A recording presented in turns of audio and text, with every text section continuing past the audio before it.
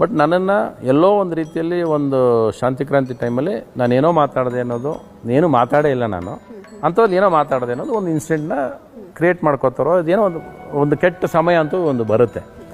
ಆವಾಗ ನನ್ನ ಮನೆಗೆ ಕಲ್ಲು ಹೊಡಿತಾರೆ, ನನ್ನ ಪ್ರಿಂಟೆಲ್ಲ ಸುಟ್ಟಾಕ್ತಾರೆ. ತುಂಬ ಪಾಪ್ಯುಲರ್ ಪೀರಿಯಡ್ ನಂದು. ಅಲ್ಲಿ ನಮ್ಮ ತಂದೆಗೆ ಸ್ವಲ್ಪ ಭಯ ಸ್ಟಾರ್ಟ್ ಆಗ್ಬಿಡುತ್ತೆ. ಅವ್ರಿಗೆ ನನ್ನ ಮೇಲೆ ತುಂಬ ಪ್ರೀತಿ ಇದೆ ಜಾಸ್ತಿ. ನನಗಿಂತ ಅವ್ರು ನೋಡೋಕ್ಕಾಗ್ತಿರಲ್ಲ ನನ್ನ ಕೈಯಲ್ಲಿ. ನನ್ನ ಮಗನಿಗೇನೋ ಮಾಡಿಬಿಡ್ತಾರೆ, ನನ್ನ ಮಗನಿಗೇನೋ ತೊಂದರೆ ಕೊಡ್ತಾರೆ, ಇದೆಲ್ಲ ಬಂದ್ಬಿಡ್ತು ಅವ್ರಿಗೆ. ಆವಾಗ ಡಾಕ್ಟರ್ ರಾಜ್ಕುಮಾರ್ ಕೂಡ ನನಗೆ ಬಂದು ಒಂದು ಲೆಟರ್ ಬರೆದು ಅವ್ರು ಅಂಥವ್ನು ಅಲ್ಲ ಅನ್ನೋದನ್ನು without knowing what it is also it tells it. That is the best thing which I received.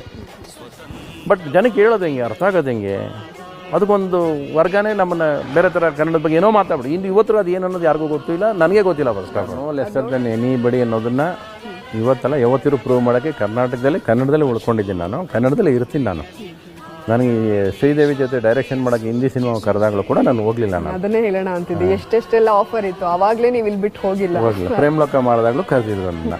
ಹಠ ಅಂತೂ ಇತ್ತು ನನಗೆ. ಯಾರಾದ್ರೂ ಹಿಂಗೆ ನನಗೆ ಯಾರೋ ಚಿಕ್ಕವರು ಏನೇ ಆಗಲಿ, ಒಂದು ಚಿಕ್ಕ ಮಾತಂದರೆ ತಪ್ಪಾದರೆ ತಿದ್ಕೋಬೇಕು ಅನ್ನಿಸುತ್ತೆ. ಸುಮ್ಮನೆ ಅಂತಂದ್ರೆ ತುಂಬ ಮನಸ್ಸಿಗೆ ಅರಟು ಆಗಿದೆ ನನಗೆ, ಅದು ಯಾರಾದರೂ ಆಗಲಿ. ಯಾಕಂದರೆ ನಾನು ಇಲ್ಲಿ ಈ ಮಣ್ಣಿಗೆ ತುಂಬ ಆನೆಸ್ಟಾಗಿ ತುಂಬ ನಿಷ್ಠೆಯಿಂದ ಬದುಕಿರೋ ನಾನಿಲ್ಲಿ. ಎಲ್ಲ ಈ ಮಣ್ಣು ಕಲಿಸ್ಕೊಟ್ಟಿರೋದೆ ನನಗೆ.